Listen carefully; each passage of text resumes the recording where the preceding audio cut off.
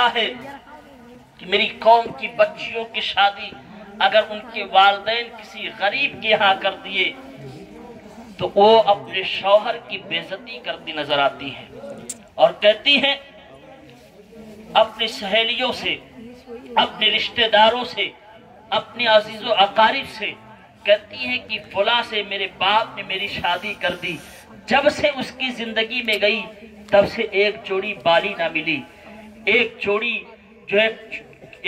چپل نہ ملی، ایک جوڑا کپڑا نہ ملا، میری زندگی ناسور بن کے رہ گئی ہے، میں بالکل مفلس و کنگالی میں اپنی زندگی گزار رہی ہوں۔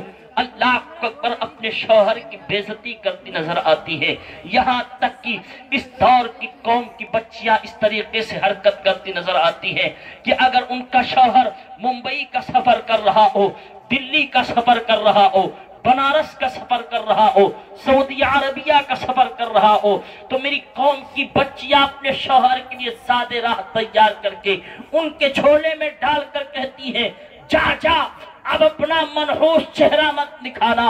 اے میری قوم کی بچیوں، بد دعا کس کو دے رہی ہو؟ اپنے شوہر کو بد دعا دے رہی ہو۔ یاد رکھو جب یہی شوہر دنیا سے چلا جائے گا تمہارا کوئی پرسان حال نہ ہوگا، تمہاری کوئی مدد کرنے والا نہ ہوگا۔ یہ شوہر دنیا سے چلا گیا پھر تمہیں کوئی تمہاری فریاد رسی کرنے والا نہ ہوگا، کوئی تمہاری حالت دریافت کرنے والا نہ ہوگا۔ ہاں وہی تمہاری حالت دریافت کر سکتا ہے جو تمہاری عزت کا سودا کرے گا۔ اے میری قوم کی بچیوں، تم اپنے باپ کا دروازہ کب تک کھٹکھٹا سکتی ہو؟ جب تک باپ کی زندگی ہے۔ بھائی کا دروازہ کب تک کھٹکھٹا سکتی ہو؟ جب تک بھائی کی زندگی ہے۔ بہن کا دروازہ کب تک کھٹکھٹا سکتی ہو؟ جب تک بہن کی زندگی ہے۔ یہ قریبی رشتے نہ رہے پھر تمہاری زندگی میں تمہارے شوہر کے نہ رہنے کے بعد کوئی تمہاری پرسانے آل کر تمہاری کوئی پروسیس کرنے والا نہیں ہے، تمہاری کوئی مدد کرنے والا نہ ہوگا۔ اس لیے اے میری قوم کی بچیوں، اپنے شوہر کو بد دعا نہ دو بلکہ اپنے شوہر کو دعائیں دیا کرو۔ حضور رحمت عالم صلی اللہ علیہ وسلم ارشاد فرماتے ہیں اگر اللہ کے علاوہ کسی کو سجدہ کرنا جائز ہوتا تو سب سے پہلے عورتوں کو حکم دیتا کہ وہ اپنے شوہروں کو سجدہ کریں۔ یہ مقام نبی کریم صلی اللہ علیہ وسلم نے شوہر کو بتایا اور فرمایا کہ اللہ کے علاوہ اگر کسی کو سجدہ کرنا جائز ہوتا تو سب سے پہلے عورتوں کو حکم دیتا کہ وہ اپنے شوہروں کو سجدہ کریں۔ اے میری قوم کی بچیوں، تم اپنے شوہر کو بد دعا دے رہی ہو، اپنے شوہر کو بد دعا نہ دو، اپنے شوہر کے لیے دعا کرو، کیونکہ نبی کریم صلی اللہ علیہ وسلم صحابیہ کو تعلیم دے رہے ہیں۔ میرے آقا ارشاد فرماتے ہیں جب تمہارے شوہر تم سے جدا ہو تو اپنے شوہر کے لیے دعائیں کیا کرو۔ تمہارا شوہر اگر غریب ہے تو اللہ تبارک و تعالی تمہاری دعا کی برکت سے تمہارے شوہر کی زندگی میں انقلاب لا دے گا۔ اللہ اکبر۔ لیکن میرے ایمان کا وجدان بولتا ہے اے میری قوم کی بچیوں، اگر تمہارا شوہر غربت کی زندگی کاٹ رہا ہے، تمہارا شوہر اگر تم سے دور جا رہا ہے تو اپنے شوہر کو دروازے تک چھوڑنے کے لیے آؤ۔ جیسے تمہارا شوہر ممبئی کا سفر کر رہا ہو، دلی کا سفر کر رہا ہو، بنارس کا سفر کر رہا ہو، سعودی عربیہ کا سفر کر رہا ہو، اپنے شوہر کو دروازے تک چھوڑنے کے لیے آؤ۔ جب تک شوہر نظر آئے اپنے شوہر کو دیکھتی رہو، جب شوہر نظروں سے غائب ہو جائے تو گھر کے اندر جاؤ، جانے کے بعد وضو کرو، وضو کرنے کے بعد 2 رکعت نماز پڑھ کر کے بارگاہ رب ذوالمنن میں دعا کرو، اے پروردگار میرا شوہر مجھے سہاگن چھوڑ کر جا رہا ہے، اے میرے معبود حقیقی میرا شوہر مجھے تنہا چھوڑ کر جا رہا ہے، اے پروردگار عالم میرا شوہر مجھے ہنستا کھیلتا چھوڑ کر جا رہا ہے، اے پروردگار جب تک دوبارہ میرا شوہر مجھ سے ملاقات نہ کر لے تب تک اسے موت عطا نہ کرنا۔ رب کی رحمت آواز دے گی اے نیک خاتون، تیری دعا کو قبولیت کی سند مل گئی ہے، اب جب تک تیرا شوہر دوبارہ موت تیرے شوہر کی روح کو قبض نہیں فرمائے گا۔ اے میری قوم کی بچیوں، اگر تم اپنی دعا میں یہ شامل کر لو کہ اے پروردگار میرا شوہر غربت کی زندگی کاٹ رہا ہے، جس سے زندگی گزارنا مشکل ہو رہی ہے، ایک پروردگار عالم میرے شوہر کی رزق میں برکتیں دے دے، اے پروردگار میرے شوہر کی زندگی میں انقلاب لا دے۔ خدا کی عزت کی قسم تم دعا کرو کہ اپنے شوہر کی پیٹھ پیچھے پروردگار عالم تمہاری دعاؤں کو قبول فرما دے۔ دعا کر کے تو دیکھو، لیکن تمہارا معاملہ یہ ہے کہ تم جو ہے نظریں کہیں اور رکھے ہو۔ اے میری قوم کی بچیوں، دولت کی بنیاد پر، ثروت کی بنیاد پر، گاڑی کی بنیاد پر، بنگلوں کی بنیاد پر اپنے ایمان کا سودا نہ کرنا، اپنے ایمان کو نہ بیچنا۔ اگر کوئی تمہیں دولت کی لالچ دے رہا ہے، تمہیں کوئی ثروت کی لالچ دے رہا ہے، تمہیں کوئی بنگلوں کی لالچ دے رہا ہے، تمہیں کوئی گاڑی کی لالچ دے رہا ہے، تمہیں کوئی کپڑے کی لالچ دے رہا ہے، تو اس سے کہہ دینا کہ ان سب کو میں ٹھوکر مارتی ہوں، کیونکہ میرے سینے میں مصطفیٰ کا پیار ہے، رب کی خشیت ہے۔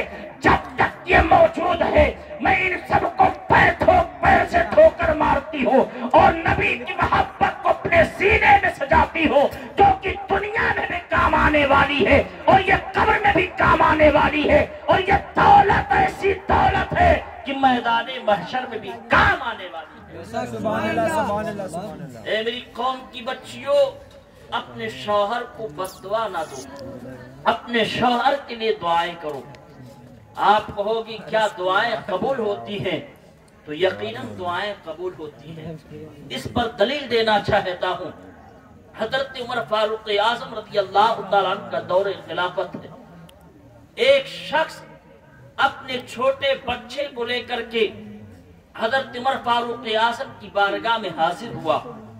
حضرت عمر فاروق اعظم ایک نظر اس شخص کو دیکھتے، ایک نظر اس بچے کو دیکھتے، دیکھ کر مسکرانے لگتے۔ آپ نے ایک مرتبہ دیکھ کر مسکرایا، دو مرتبہ دیکھ کر مسکرائے۔ اس شخص نے کہا یا امیر المومنین، بات سمجھ میں نہیں آ رہی ہے، ایک نظر مجھے دیکھتے ہیں، ایک نظر میرے بچے کو دیکھتے ہیں، پھر دیکھ کر آپ مسکرانے لگتے ہیں، یہ راز سمجھ میں نہیں آ رہا ہے۔ حضرت عمر فاروق اعظم فرماتے ہیں کہ مجھے تعجب اس بات پر ہو رہی ہے کہ تیری شکل اور تیرے بچے کی شکل ایک جیسی ہے۔ اس شخص نے کہا عمر فاروق اعظم، کیا اس سے بڑھ کر تعجب کی بات نہ بتاؤں؟ حضرت عمر فاروق اعظم فرماتے ہیں بتا، کیا بتانا چاہتا ہے؟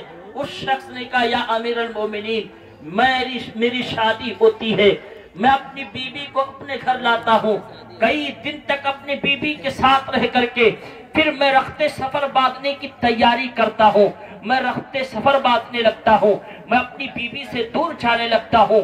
اللہ اکبر۔ وہ صحابی کہتے ہیں اے عمر فاروق اعظم، میں نے تیاری بنا لی اور گھر سے نکلنا شروع کیا۔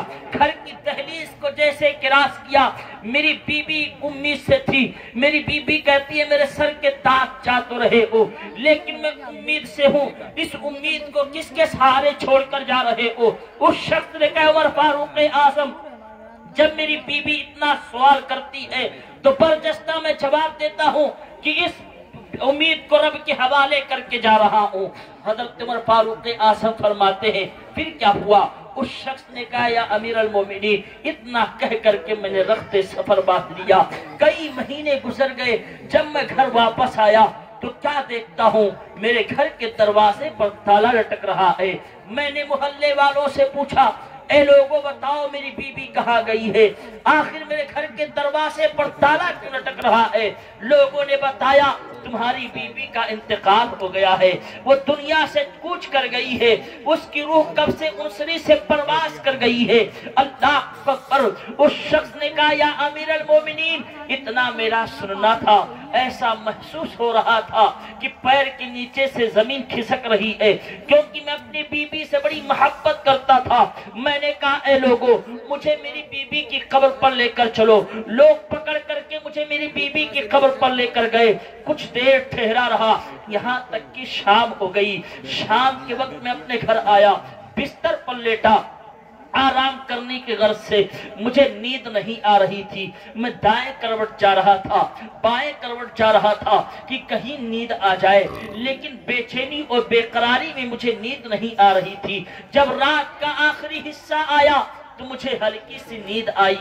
میں نے خواب میں دیکھا کہ میری بیوی کی قبر میں آگ سلگ رہی ہے۔ میرا اتنا دیکھنا تھا۔ اے عمر فاروق اعظم، جب میں نے اتنا ملاحظہ کیا تو صبح اٹھ کر کے اپنی بیوی کی قبر پر پہنچا، مٹی ہٹائی، تختہ ہٹایا تو دیکھا وہاں کوئی آگ نہیں سلگ رہی ہے، وہاں کوئی دھواں نہیں اٹھ رہا ہے۔ میں نے سوچا یہ میرا وہم ہوگا، میرا خیال ہوگا۔ میں تختہ لگا دیا، مٹی ڈال دی، ڈالنے کے بعد اپنے گھر کی طرف چلنے لگا۔ ابھی چند قدم چلا تھا کہ ایک بچے کی رونے کی آواز میرے قوت سماعت تک ٹکرانے لگی۔ میں نے دائیں دیکھا، بائیں دیکھا، آگے دیکھا، پیچھے دیکھا، کوئی بچہ نظر نہیں آ رہا تھا۔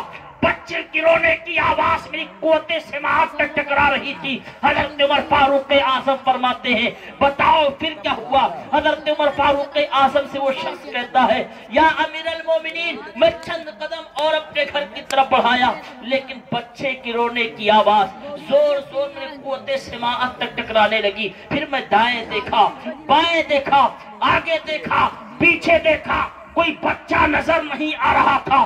بچے کی رونے کی آواز میرے قوت سماعت تک ٹکرا رہی تھی۔ حضرت عمر فاروق اعظم فرماتے ہیں پھر کیا ہوا؟ اس شخص نے کہا عمر فاروق اعظم، میں اپنی بیوی کی قبر کی طرف پلٹا، جو اپنی بیوی کی قبر کے قریب ہو رہا تھا مجھے یقین کامل ہوتا جا رہا تھا کہ یہ آواز میری بیوی کی قبر کے اندر سے آ رہی ہے۔ میں نے مٹی ہٹائی، تختہ ہٹایا تو دیکھا ایک خوبصورت لڑکا میری بیوی کے سرہانے بیٹھ کر رو رہا ہے۔ میں بچے کو اٹھا لیا، تختہ لگا دیا، مٹی ڈال دی، ڈالنے کے بعد بچے کو لے کر گھر کی طرف چلنے لگا۔ ابھی چند قدم چلا تھا کہ میں اپنے دل میں سوال کیا، بارگاہ رب ذوالمنن میں پوچھا ہے پروردگار، میری بیوی کو انتقال کیے کئی دن گزر گئے، زندہ بچہ اس کی قبر سے کیسے مل رہا ہے؟ ہاتف غیبی سے آواز آئی، نادا اس دن کو یاد کر جب تو گھر سے نکل رہا تھا، تیری بیوی نے کہا اے میرے سر کے تاج جا تو رہے ہو، میں امید سے ہوں، اس امید کو کس کے سہارے چھوڑ کر جا رہے ہو؟ تو تو نے برجستہ یہی کہا تھا اس کو رب کے حوالے کر کے جا رہا ہوں۔ اگر تو اپنی بیوی کو میرے حوالے کر کے جاتا، جب تک تو دوبارہ اس سے ملاقات نہیں کر لیتا تب تک ملک الموت تیری بیوی کی روح کو قبض نہیں فرماتا۔ نعرے رسالت زندہ باد، تکبیر، نعرے رسالت۔ اس سے پتا چلا کہ اگر بیوی شوہر کے لیے دعا کرے تو اس کی دعا قبول ہوتی ہے، اگر شوہر کرے تو بھی اس کی دعا قبول ہوتی ہے۔ اس لیے اے میری قوم کی بچیوں، اپنے شوہر کے لیے دعا کیا کرو۔ آخری حدیث سن کر کے بس میں اپنی تقریر کا سنا کر کے اپنی تقریر کا اختتام کر دوں گا۔ عورتوں سے یہ کہنا کہ اپنے شوہر کی تعظیم کریں، ان کی عزت کریں، انہیں شوہر کی نظر سے دیکھیں، ان کے ساتھ وعدہ وفا کریں، ان کے ساتھ جو ہے غداری نہ کریں، بے وفائی نہ کریں۔ آؤ میں تم کو بتاؤں، اللہ اکبر، بخاری شریف کی حدیث ہے، اگر عورت چاہے تو اپنے عمل کے ذریعہ اپنے گنہگار باپ کو جنت کا پروانہ دلا دے۔ بخاری شریف کی حدیث ہے جس کا مفہوم میں عرض کرنا چاہتا ہوں۔ ایک صحابی رسول ہے، وہ شادی کرتے ہیں، شادی کرنے کے بعد اپنی بیوی کو اپنے گھر لاتے ہیں، اس کے بعد کچھ دن اپنی بیوی کے ساتھ رہتے ہیں، پھر سفر کے گھر سے نکلنے لگتے، جیسے ہمارے بچے اور آپ کے بچے